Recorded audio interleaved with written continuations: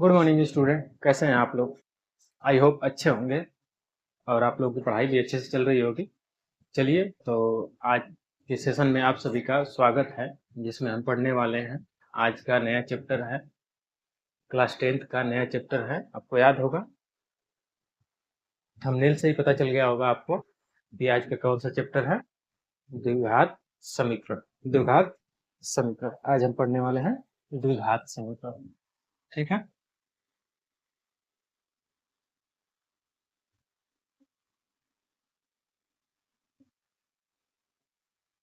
द्विघात समीकरण, quadratic equation के बारे में आज पढ़ने वाले हैं। ठीक है। तो यहाँ से लगभग बोर्ड में बहुत सारी सवालें आती हैं, जिसको हम आज एकदम डीप से समझेंगे और कुछ भी चीज़ छूट ना पाए, इस तरीके से हम पढ़ाई करेंगे। ठीक है। तो फिर से आप सभी का अगेन मैं आप सभी का स्वागत करता हूँ द एएसके लर्निंग में, जहाँ पे हम पढ़ते हैं बोर्ड के लिए मैथ्स प्लस साइंस। चलिए आइए शुरू करते हैं आज का सेशन। द्विघात समीकरण, अब इसके डेफिनेशन हम देख लेते हैं। द्विघात समीकरण क्या होता है। ठीक है। जनरली द्विघात समीकरण किसे कहते हैं। चलिए, तो नाम से ही पता चल रहा है, दो घात वाला ऐसा समीकरण जो किसमें कितना घात हो, दो घात हो, उसे हम क्या बोलेंगे, द्विघात समीकरण बोलेंगे। जैसे कि आप समझ लें X square plus 5x plus 9 equal to 0। देखो ध्यान रखेंगे, जब ये इक्वल टू 0 नहीं होता है तो ये बहुपद था। पिछली क्लास में आप लोगों ने बहु पढ़ा था, बहुपद बहुपद होता है। ठीक है, बहुपद होता है। लेकिन अभी हम इसके बराबर क्या कर देंगे, 0 कर देंगे, तो ये क्या हो जाएगा, समीकरण हो जाएगा, द्विघात समीकरण हो जाएगा। अब वहाँ वो जब ये नहीं था, द्विघात बहुपद था। समझ में आना है, बात समझ में आ रही है। द्विघात समीकरण हो जाएगा। द्विघात समीकरण में कितना होना चाहिए कि सबसे बड़ी घात क्या होनी चाहिए, 2 होनी चाहिए। सबसे बड़ी घात 2 होना चाहिए। इसका स्टैंडर्ड फॉर्म में आने के बाद सबसे बड़ी घात 2 होनी चाहिए, तब हम उसे क्या कहेंगे, द्विघात समीकरण बोलेंगे। बात समझ में आ रही है। चलिए आगे हम चीजों को समझते रहेंगे तब तक। हम्म,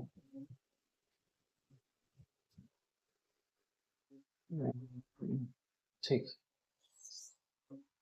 आइए डेफिनेशन हम लिख लेते हैं इसकी।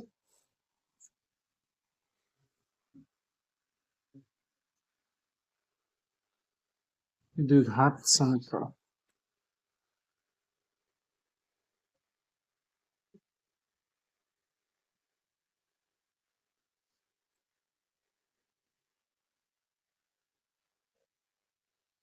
द्विघात समीकरण। ठीक है। जनरली इसका हम दैनिक जीवन में बहुत जगहों पे इस्तेमाल करते हैं। जैसे अगर मान लीजिए सपोज दैट आपके पास कुछ कोई जमीन है। ठीक है, कोई जमीन है और उसमें आप बनाना चाहते हैं, तालाब बनाना चाहते हैं। क्या बनाना चाहते हैं, तालाब बनाना चाहते हैं। ठीक है, इसमें आप एक पौड़ या तालाब बनाना चाहते हैं। तो आपने कहा कि मैं तालाब इस तरीके से बनाऊंगा कि लंबाई जो है चौड़ाई की दोगुनी हो। लंबाई जो है चौड़ाई की दोगुनी है, दोगुनी से एक अधिक हो, ऐसे हम बनाएंगे। मान लीजिए कोई क्षेत्रफल दिया होगा ना जी, मान लेते हैं 300 मीटर स्क्वायर आपका क्षेत्रफल का ये जमीन होगा। कोई ना कोई तो क्षेत्रफल होगा, क्योंकि जमीन होगी तो कोई ना कोई क्षेत्रफल तो होना ही होना है। जब आपको ऐसे आप पूरा जमीन पता है, लेकिन हमको लंबाई चौड़ाई कितना रखें नहीं पता है। बस हमको इतना ही पता है कि हमारी जो लंबाई होगी चौड़ाई से जित क्या होगी, दुगुना का 1 सेमी अधिक होगी, 1 मीटर अधिक होगी, दुगुना से 1 मीटर अधिक होगी। ये तो मीटर में हम ले रहे हैं। ठीक है, लेकिन आप लोग मीटर में तो काफी छोटी हो जाएगी दूरियां। चलिए ठीक है, जितनी भी होगी हम समझते हैं, बस यूनिट की बात नहीं है, यहाँ पे समझने की बात है। द्विघात समीकरण को कैसे हम दैनिक जीवन में इस्तेमाल करते हैं। तो हम कहते हैं कि क्या हो जाएगा, इसकी ब्रेथ मान लेते हैं, क्या यक्स ले लेते हैं। ठीक है, तो लेंथ कितनी हो जाएगी, लंबाई जो है ब्रेथ की दोगुनी है, दोगुनी से 1 सेमी अधिक, तो 2x+1 हो गया। देखो लंबाई भी निकल गई, चौड़ाई भी निकल गई। अब हम जानते हैं, क्योंकि ये क्या है, एक आयत है, एक आयत है। इस आयतक खेत तो आयताकार ही होता है जनरली, लंबाई चौड़ाई अलग अलग होती है तो क्या होता है, आयताकार ही होता है। तब हम जानते हैं कि ये क्या दिया है, क्षेत्रफल दिया है। हम जानते हैं लंबाई पता है, चौड़ाई पता है, तो क्षेत्रफल हमको पता होता है ना, फॉर्मूला जानते हैं, L/B क्या होता है, एरिया इक्वल टू L/B। तो एरिया कितना दिया है, 300। एल कितना दिया है जी, 2x प्लस 1 और ब्रेथ कितना दिया है, बी कितना दिया है, यक्स। ठीक है, तो यहाँ से हम सॉल्व करेंगे इनको, तो 2x² प्लस यक्स। ठीक है, यहाँ से निकालेंगे तो द्विघात समीकरण बनेगा -300 इक्वल टू 0। अब इसको हम सॉल्व करेंगे, तो x का वैल्यू निकलेगा, और ये l निकलेगा और लंबाई निकलेगी, चौड़ाई निकलेगी। इस तरीके से अगर हम इसको सॉल्व करते हैं तो कैसे करते हैं जी, पहला वाला के लास्ट में मल्टीप्लाई करते हैं तो 600 आ जाएगा, 600 आ जाएगा। तो बीच वाले को ऐसे तोड़ो कि 600 गुणा करने पर कितना आ जाए, 600 आ जाए, और कितना जोड़ रहे हैं, घटाने पे कितना आ जाए बाबू, यक्स आ जाए। ठीक है, एक आ जाए, मतलब एक आ जाए। तो हम इसको थोड़ा करने के लिए हम क्या करते हैं जी, इसको सिंप्लीफाई करते हैं, मतलब एलसीएम के रूप में तोड़ते हैं, गुणनखंड के रूप में। तो पहले 300 फिर कर देंगे तो 150, थोड़ा इजी मिल जाता है इसे। 75 फिर 5 से कर लेंगे तो 15, फिर 3 से कर लेते हैं 5, फिर 5। ठीक है, तो कुछ इस तरीके से पेयर बनाते हैं कि गुणा करने पे कितना आ जाए।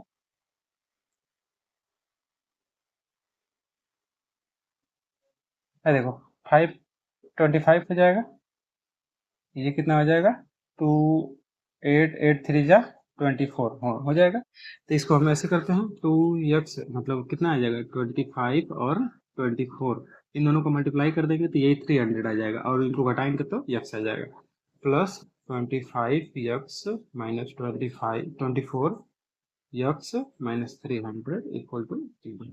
यहाँ से निकालेंगे, अच्छा 24 को इधर कर लेते हैं, तो 2x कॉमन कर लेंगे तो x प्लस माइनस 20 12 हो जाएगा, -12 हो जाएगा, 12 हो गया। और फिर माइनस यहाँ से कॉमन कर लेंगे, हम क्या कर लेंगे, 25 कॉमन। ठीक है, तो यहाँ से मिलेगा x माइनस 12 इक्वल टू 0। तो यहाँ से x माइनस 12 एक ब्रैकेट में, दूसरा ब्रैकेट में 2x माइनस 25 इक्वल टू 0। तो यहाँ से x का वैल्यू क्या मिल जाएगा, 12 मिल जाएगा यहाँ से, और x का वैल्यू यहाँ से क्या मिल जाएगा, 25/2, 25/2। दोनों वैल्यू सेटिस्फाइड हो सकती हैं, समझ में आया। तो अब लेंथ बताओ तो, ब्रेथ कितनी हो जाएगी, 12 हो जाएगा, और लेंथ कितना हो जाएगा, 24 और 25 हो जाएगा। ओके, लंबाई और चौड़ाई पता चल गया। देखो, चौड़ाई का दुगुना है से एक अधिक है लंबाई का, समझ में आया। तो इस तरीके से हम दैनिक जीवन में इस्तेमाल करते हैं किसका, द्विघात समीकरण का। बात समझ में आ रही है। तो आइए हम इसको समझते हैं और सारे एग्जांपल्स के थ्रू, और इसकी डेफिनेशन भी साथ में देख लेंगे। जनरली दैनिक जीवन में देखो, चीजों को पढ़ने का मतलब क्या होता है, जब दैनिक जीवन में हम उसका इस्तेमाल कर पाते हैं तो पढ़ने का मतलब सिंपल समझ में आता है कि नहीं, हम उसको पढ़ाई किए हैं तो अपने दैनिक जीवन में इम्प्लीमेंट कर रहे हैं, तो मतलब सीख रहे हैं, अच्छी बात है। ऐसे ही हम कुछ भी सीखते हैं तो उसको दैनिक जीवन में उतारने की कोशिश करना चाहिए, समझ में आया? आप भी करते रहिए। ठीक है, जो चीज़ सीख रहे हैं उसको कोशिश करिए कि दैनिक जीवन में हम समझ पाए कि कहाँ इस्तेमाल हो रहा है, कैसे हो पा रहा है, क्योंकि पढ़ने का सार्थक तरीका यही होता है कि आप उसका इस्तेमाल कर पाए, समझ में। चलिए आइए ये तो समझने की बात हुई कि दैनिक जीवन में कहाँ कहाँ हम इसका यूज करते हैं। अब थोड़ा हम आ जाते हैं अपने टॉपिक पे। ऐसे बहुत सारे क्वेश्चंस मिलेंगे, हम पढ़ेंगे, ठीक है, आगे हम पढ़ने वाले हैं। ये मैं समझाने के लिए आपको बता दिया, बहुत सारी जगहों पर मिलता है। ठीक है, इसको पढ़ने के बाद आप अपने घर में भी अप्लाई कर सकते हैं चीज़ों को कैलकुलेट करने के लिए। चलिए आ जाइए जरा, समझते हैं द्विघात समीकरण। द्विघात समीकरण, क्वाड्रेटिक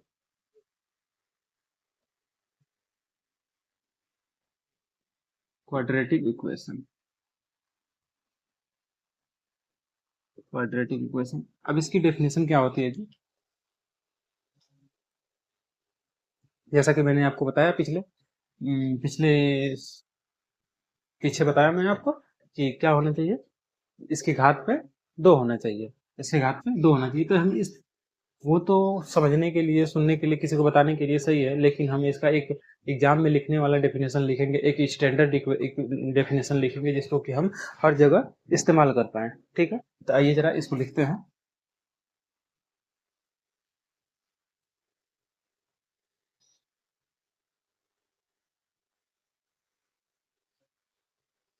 चलिए द्विघात समीकरण, इसकी डेफिनेशन की बात कर लेते हैं। डेफिनेशन को हम मान लेते हैं, यदि ए ए बी, अच्छा इस तरीके से नहीं, इस तरीके से लिखते हैं, थोड़ा सा चेंज कर देते हैं। A x square plus b x plus c बराबर 0, जहां ए बी सी वास्तविक संख्याएं हैं, वास्तविक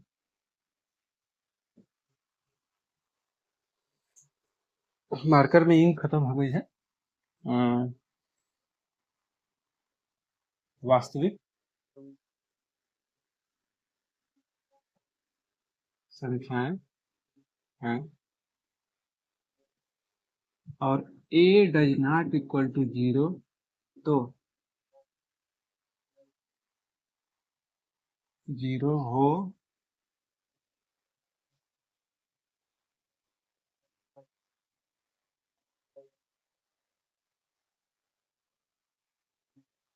जीरो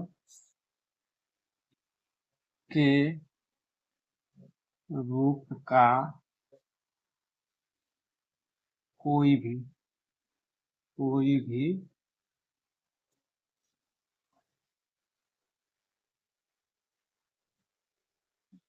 भी समीकरण द्विघात समीकरण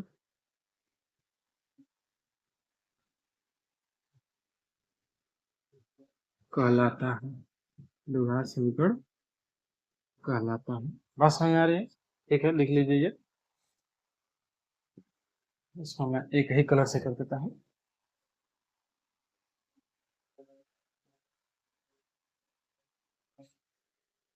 x square plus b x plus c बराबर 0, जहाँ ए बी सी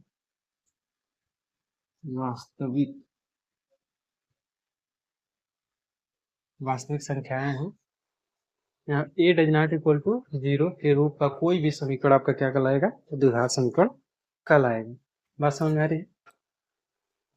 ये देखिए जरा, तो ये बात इंपॉर्टेंट है, ये a does not equal to 0, a does not equal to 0 का मतलब क्या है कि ये कभी भी 0 नहीं होना चाहिए। किसी भी इक्वेशन में, किसी भी द्विघात इक्वेशन में ए वाला टर्म जो यक्स का जो गुणांक है वो कभी भी 0 नहीं होना चाहिए, अन्यथा वो इक्वेशन क्या कहलाएगा? द्विघात समीकरण नहीं कहलाएगा। देखिए जरा, तो यहाँ पे अगर रख देंगे a x square plus b x plus c बराबर 0, अगर ए बराबर 0 रख दिए तो देखो जरा, तो ये द्विघात नहीं रह जाएगा। कैसे? तो यहाँ पे 0 रखेंगे तो क्या मिलेगा? 0 x square plus b x plus c बराबर 0, यहाँ से बी एक्स प्लस सी बराबर 0, क्या ये द्विघात है? सबसे बड़ी घात क्या है? 1 है, लेकिन ये 2 न रहना चाहिए, द्विघात के लिए क्या रहना चाहिए? पावर में 2 रहना चाहिए, लेकिन यहाँ पे तो है ही नहीं, इसलिए ये द्विघात नहीं कहलाएगा। ध्यान रखेंगे, ये कभी 0 नहीं होना चाहिए। मतलब ए कहाँ है? ए कहाँ है जी? यहाँ है, मतलब यक्स का गुणांक कभी भी 0 नहीं होना चाहिए, तब हम उसे क्या कहेंगे? द्विघात समीकरण कहेंगे। यक्स स्क्वायर का गुणांक कभी भी 0 नहीं होना चाहिए, ध्यान रखेंगे, यक्स स्क्वायर का गुणांक कभी भी 0 नहीं होना चाहिए, तब उसे हम क्या कहेंगे? द्विघात समीकरण कहेंगे। बात समझ आ रही है? द्विघात समीकरण ठीक है। अब इसके एग्जाम्पल में आप कुछ भी लिखना चाहेंगे, एग्जाम्पल में लिख लीजिए कुछ भी जो आपका मन करता है, जिसके घात में कितनी हो? 2, जैसे X square plus 5x plus 9 equal to 0। इसकी सबसे बड़ी घात क्या है जी? और हम देख रहे हैं 2 है, इसलिए क्या है? ये क्वाड्रेटिक इक्वेशन है। समझ में आ रहा है ना? यहाँ से एक और देखेंगे, 9x square plus 5x equal to 0, क्या ये इसके पावर में सबसे बड़ी घात देखो जरा, तो पावर में क्या है? सबसे बड़ी घात क्या है? 2 है। दैट मीन्स ये भी द्विघात समीकरण है। बात समझ में आ रही है? द्विघात समीकरण है। ठीक है, ऐसे सभी बहुत सारे द्विघात समीकरण होते हैं। अच्छा, ये बताइए तो 1 प्लस एक्स बराबर 0, ये देखो तो द्विघात समीकरण है? द्विघात समीकरण, यहाँ तो सबसे बड़ी घात तो एक ही है, होना चाहिए 2 द्विघात समीकरण के लिए। आप कहेंगे कि नहीं होगा, लेकिन वो है, ये क्या है? ये द्विघात समीकरण है, क्योंकि हम जानते हैं किसी भी समीकरण को हम स्टैंडर्ड फॉर्म मतलब ये इस रूप में लाने की कोशिश करते हैं। किसी भी द्विघात समीकरण को इस रूप में लाने के बाद तब जाके हम उसका पावर देखते हैं। पहले तो ये उस रूप में है नहीं है, तो इसको उस रूप में हम बनाते हैं। इस यहाँ पे एलसीएम क्या हो जाएगा, यक्स हो जाएगा। एक बार डिवाइड करेंगे तो यक्स हो जाएगा, तो X square plus 1 equal to 0। तो यहाँ से हमको क्या मिल जाएगा, X square plus 1 equal to 0। तो यहाँ से अब देखो जरा, ये स्टैंडर्ड फॉर्म में बन गया। स्टैंडर्ड फॉर्म में तो सबसे बड़ी घात क्या है, 2 है, इसलिए ये क्या है, द्विघात समीकरण कहलाएगा। द्विघात समीकरण कहलाएगा। ध्यान रखेंगे, इस रूप में बदलने के बाद, इस रूप में बदलने के बाद ही हम चेक करेंगे कि ये द्विघात समीकरण है कि नहीं। बात समझ में आ रही है। चलिए आइए जरा तो हम आगे बढ़ते हैं। मतलब सीधी सी बात हमको ये समझ में,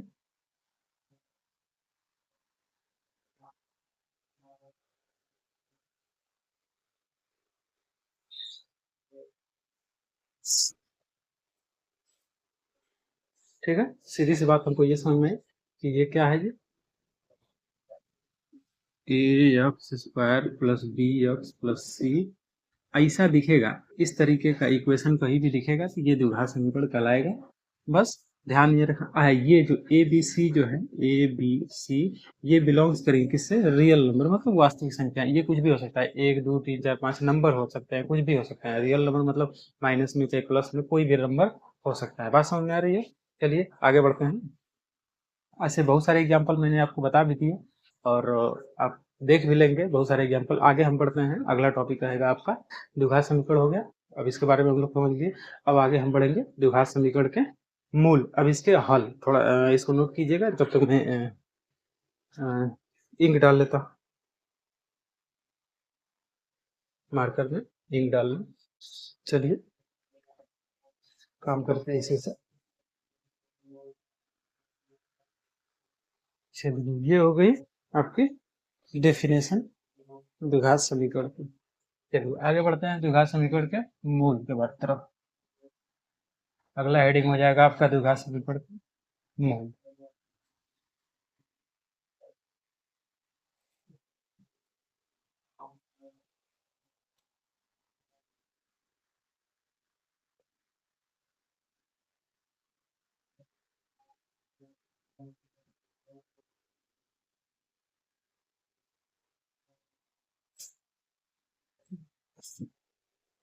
द्विघात समीकरण के मूल, अगला हेडिंग है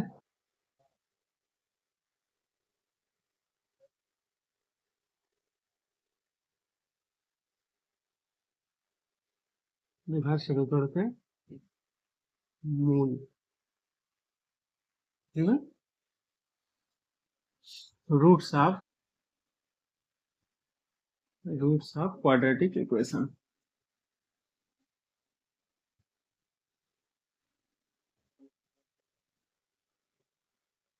रूट्स ऑफ क्वाड्रेटिक इक्वेशन, ये आपकी हेडिंग है। चलिए इसको हम देखिए, मूल क्या होता है। कोई भी द्विघात समीकरण हो, कोई भी द्विघात समीकरण मान लेते हैं, कोई होगा X square plus 5 X plus 6 equal to 0। कोई ना कोई ऐसा जो मान होगा जो इसको क्या कर दे, जीरो बना दे, इसको जीरो बना दे, इसको संतुष्ट कर दे। ठीक है, तो यक्स का वह मान जो समीकरण को क्या कर दे, जीरो बना दे या संतुष्ट कर दे, वही क्या कहलाएगा, उसका मूल कहलाएगा। मूल निकालने की अनेक विधियां भी होती है, इसको हल करना ही क्या कहलाता है, जो यक्स का वैल्यू जो आएगा ना, वही आपका क्या कहलाएगा, मूल कहलाएगा। बात समझ में आ रही है। आइए इसका डेफिनेशन हम लिख लेते हैं। यक्स का वह मान, यक्स का वह मान जो द्विघात समीकरण, द्विघात समीकरण को, द्विघात समीकरण a x square plus b x plus c बराबर 0 को संतुष्ट करे, को संतुष्ट करता है, द्विघात समीकरण का मूल कहलाता है। द्विघात समीकरण का मूल कहलाता है, द्विघात समीकरण का मूल कहलाता है। सिंपल है एकदम से। यक्स का वह मान जो इसको क्या करे, संतुष्ट करे। यक्स का इसमें ऐसा कौन सा मान होगा जो इसको क्या कर दे, जीरो बना दे, इसको जीरो बना दे, वही उसका क्या कहलाएगा, मूल कहलाएगा। बात समझ में आ रही है? एग्जाम्पल से का फॉर्म समझते हैं। चलिए जरा, अच्छा मान लेते हैं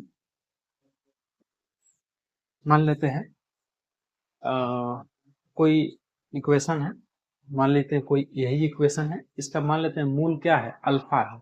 अल्फा है मतलब जहां जहां यक्स दिखेगा वहां वहां क्या रखेंगे, अल्फा रखेंगे। इस तरीके से लिख सकते हैं, माना माना a x square plus b x plus c बराबर 0 का मूल अल्फा हो, तो अल्फा रहेगा। तब इसे कैसे लिखेंगे, अब जहां जहां यक्स दिखेगा आपको, यक्स मूल क्या होता है, यक्स का वैल्यू ही होता है, तो जहां जहां यक्स दिखेगा वहां पे क्या क्या लिखेंगे, अल्फा लिखेंगे। A alpha square plus b alpha plus c बराबर 0। इस तरीके से हम लिख सकते हैं। चलिए आगे बढ़ते हैं, इस तरीके से लिखा जा सकता है। चलिए अगर कोई इसको एग्जाम्पल समझते हैं। कोई कोई हम एक क्वेश्चन लेते हैं, द्विघात समीकरण लेते हैं, जैसे X square minus 3x plus 2 plus 2। इस तरीके से मैंने एक द्विघात समीकरण ले लिया।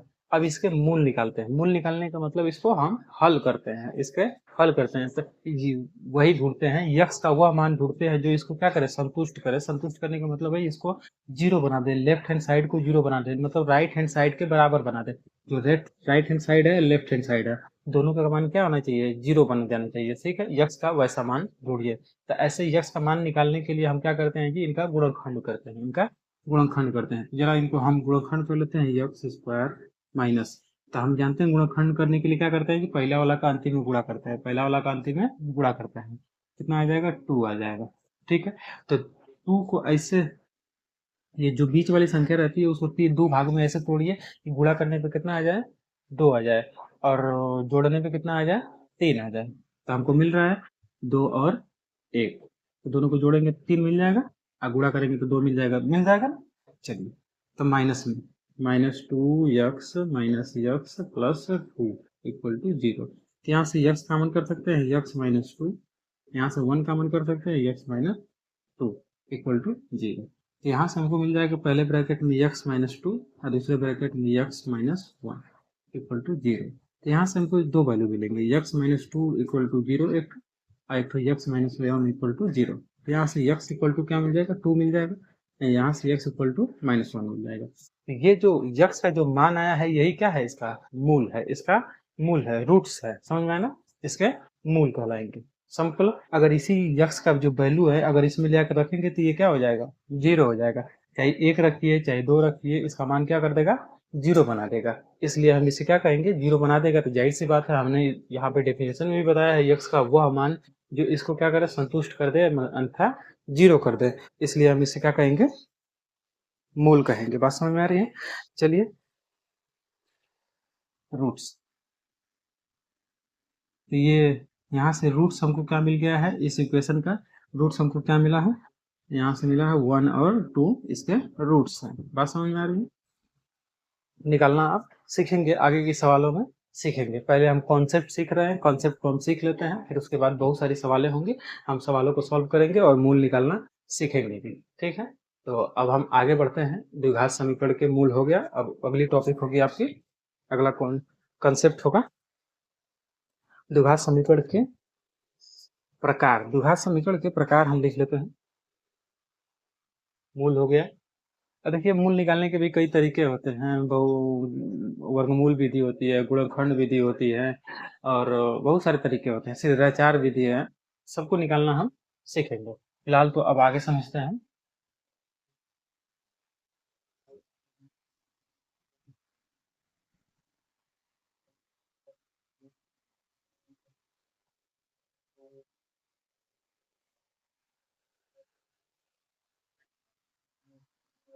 द्विघात समीकरण के प्रकार। आपका हेडिंग मिल जाएगा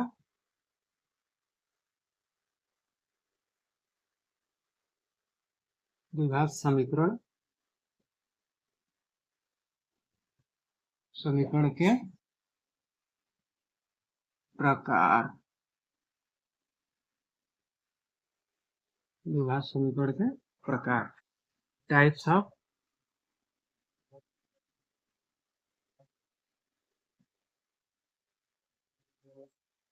क्वाड्रेटिक इक्वेशन।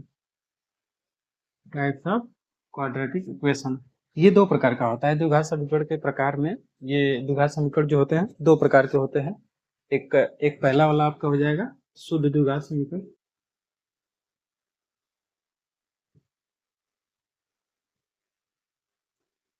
द्विघात समीकरण जैसे क्या बोलेंगे, प्योर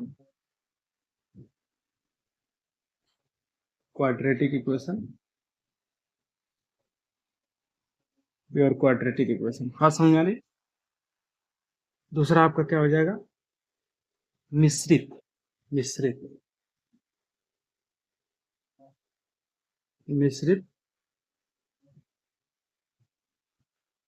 द्विघात समीकरण।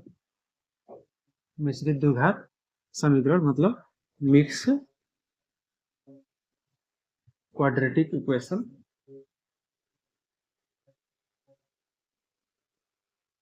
मिक्स क्वाड्रेटिक इक्वेशन दो प्रकार के होते हैं, ठीक है। चलिए आप समझते हैं शुद्ध द्विघात समीकरण क्या होता है, प्योर क्वाड्रेटिक इक्वेशन क्या होता है। थोड़ा सा इसमें बहुत ज्यादा कुछ है नहीं, थोड़ा सा ध्यान रखेंगे। इसमें क्या होना चाहिए, जो यक्स वाला जो पद है वो गायब रहेगा। क्या रहेगा, यक्स वाला पद जो गायब रहेगा। इसकी डेफिनेशन हम देख लेते हैं। इसका डेफिनेशन हो जाएगा आपका, इसका हेडिंग कर लेते हैं, शुद्ध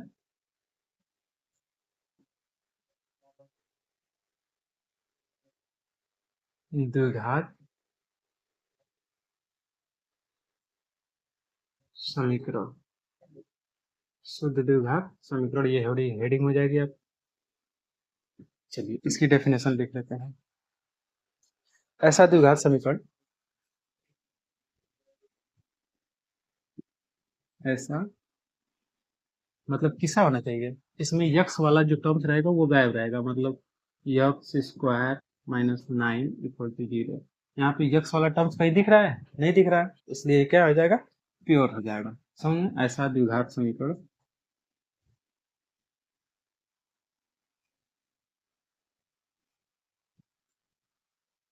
ऐसा द्विघात समीकरण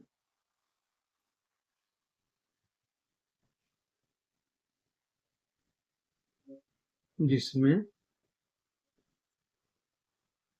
यक्स के एक घात वाला पद, एक घात वाला पद नहीं हो, एक घात वाला पद नहीं हो,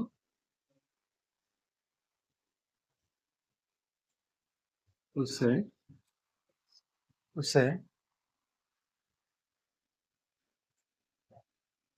शुद्ध द्विघात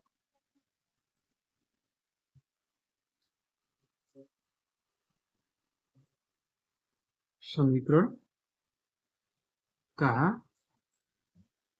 जाता है। बस और कुछ ध्यान नहीं रखना है, बस इसमें क्या होना चाहिए, यक्स वाला पद नहीं मिलेगा आपको, ठीक है। एग्जाम्पल में अगर देखना चाहें तो देख सकते हैं, जैसे 9 x square minus 81 equal to 0। देखो इसमें यक्स वाला टर्म्स है नहीं है, ठीक है। अगर और लिखना चाहे तो 2 x square minus 8 equal to 0। ये भी क्या है, ये इसमें भी एक्स स्क्वायर वाला टर्म्स नहीं है, ये भी हो जाएगा आपका एग्जाम्पल में, ठीक है। अब अगला लिखेंगे आपका मिश्रित द्विघात समीकरण। इसमें क्या होना चाहिए, सभी टर्म्स होंगे, एक्स स्क्वायर वाला टर्म्स भी होगा और यक्स वाला टर्म्स भी रहेगा। सी वाला रहे या ना रहे इसमें भी कोई फर्क नहीं पड़ता है। लेकिन यक्स वाला टर्म्स और यक्स स्क्वायर वाला दोनों टर्म्स होना चाहिए किसमें, मिश्रित द्विघात समीकरण में। इसका भी डेफिनेशन अब लिख लेते हैं।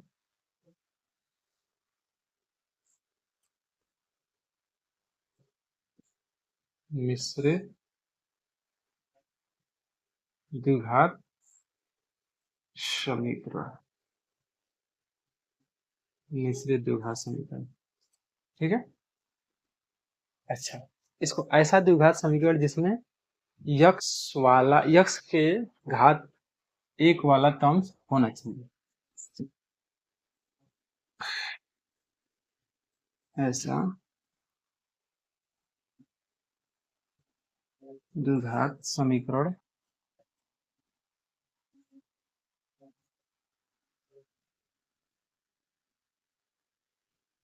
जिसमें यक्स के एक घात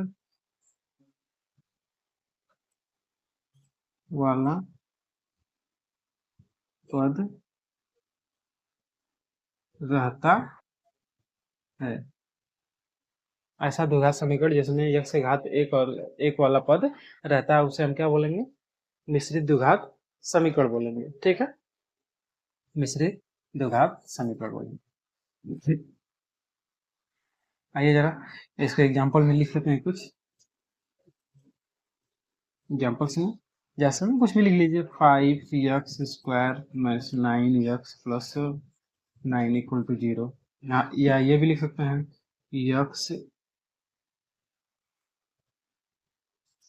x² minus 4x equal to 0। देखो इसमें क्या है, c वाला टर्म्स जो है गायब है, उसमें c वाला टर्म्स गायब है, लेकिन उससे कोई फर्क नहीं पड़ता है, क्योंकि हमको देखना है क्या है, यक्स वाला टर्म्स है कि नहीं है, यक्स स्क्वायर वाला टर्म्स है कि नहीं है, ठीक है। तो इसमें देखना है कि यक्स वाला टर्म्स रहेगा, उसमें यक्स वाला टर्म्स नहीं रहेगा। अगर आप कहेंगे कि यक्स स्क्वायर वाला टर्म्स रहे कि ना रहे, अरे भाई जब यक्स स्क्वायर वाला टर्म्स नहीं रहेगा तो क्या ये द्विघात कहलाएगा, द्विघात ही नहीं कहलाएगा, तो हम कैसे कहेंगे कि ये मिश्रित है कि शुद्ध है, समझ में ना। तो यक्स स्क्वायर वाला टर्म्स तो हमेशा रहना ही चाहिए, क्यों, क्योंकि हम जानते हैं कि यक्स स्क्वायर वाला टर्म्स रहेगा तभी हम क्या कह पाएंगे, उसको द्विघात समीकरण कह पाएंगे। बात समझ में आ रही है। चलिए हम इसके आगे बढ़ते हैं। अब द्विघात समीकरणों को, अब देखो इसके भी हल करने के तरीके देख लेते हैं। इसको भी हल करने के तरीके, हल करने के कई तरीके हैं। शुद्ध द्विघात समीकरण को हल करने के तरीके क्या होते हैं, एक वर्गमूल विधि द्वारा हल कर सकते हैं, वर्गमूल विधि द्वारा, एक क्या होता है गुणनखंड विधि द्वारा, गुणनखंड विधि द्वारा हल कर सकते हैं, ठीक है। वर्गमूल विधि द्वारा और एक गुणनखंड विधि द्वारा, ठीक है। तो आइए जरा हम दोनों को आपको करके दिखाते हैं, ठीक है। इसको नोट कीजिए, हम आगे बढ़ेंगे, फिर उसके बाद आगे आपको सिखाते हैं।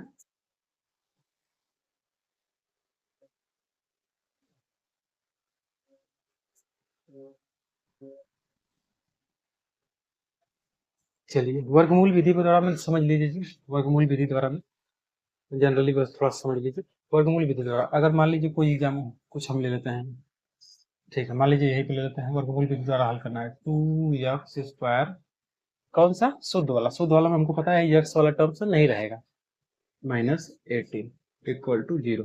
तो इसका वर्गमूल विधि द्वारा हल करना है, तो हम जानते हैं कि 2x² इक्वल टू 18 इधर जाएगा तो प्लस माइनस वाला प्लस हो जाएगा, तो यहाँ से x इक्वल टू निकालेंगे तो x² बराबर निकालेंगे तो 9 मिल जाएगा, क्योंकि 18/2 कर देंगे तो x बराबर क्या मिल जाएगा, √9 प्लस माइनस, तो यहाँ से हमको मिल जाएगा प्लस माइनस 3।